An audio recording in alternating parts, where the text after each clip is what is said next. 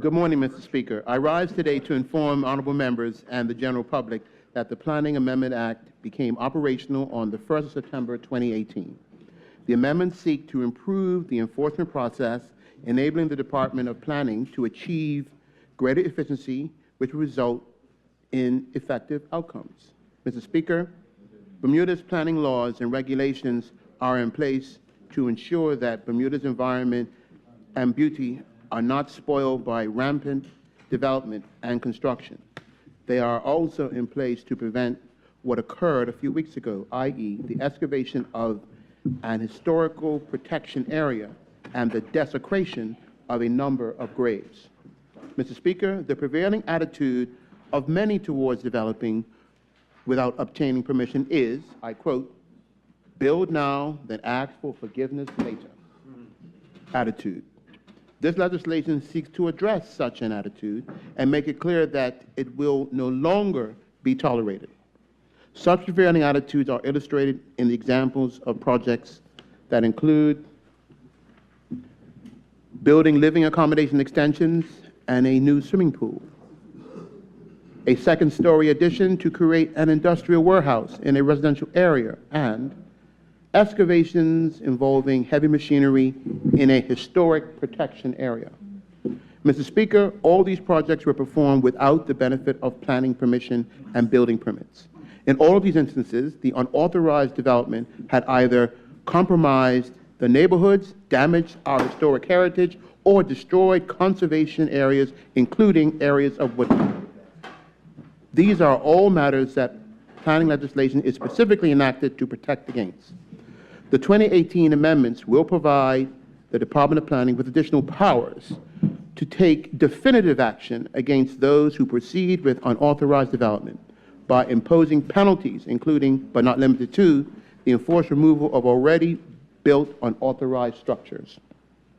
Mr. Speaker, the Development and Planning Amendment Act now includes the following provisions. 1, to disallow the grant of retroactive planning permission where development has been carried out in breach of planning control, unless the applicant shows to the satisfaction of the board that he or she was not responsible for the breach of planning control, or that at the time of the development was being carried out, he did not know and could not reasonably be expected to have known that the development was in breach of planning control. 2, where it appears to the director that there may have been a breach of planning control in respect of land, a new notice will be introduced known as Planning Contravention Notice. The notice will be served on any person who is the owner, occupier, or user of this, or is carrying out any activity on the land, requesting information about the use or activity on the land, and requiring such information to be furnished within a specified time not exceeding 21 days. Lack of information has been a severe hindrance with planning investigations in the past. 3, if a person is in breach of planning control, the director may serve an enforcement notice on the owner, occupier, or relevant person. If the person does not comply with the requirements of the enforcement notice within the time period specified, not being a period of less than 28 days, the person is in breach of the notice. However, if the person appeals the notice within the time specified in the notice, the operation of the notice will be suspended pending the final determination or withdrawal of the appeal. 4, a new notice known as a breach of condition notice will be introduced, which, once served on a person, requires them to secure compliance with the conditions contained in the notice within a specified time period. Persons that fail to comply with the notice will be in breach of the notice.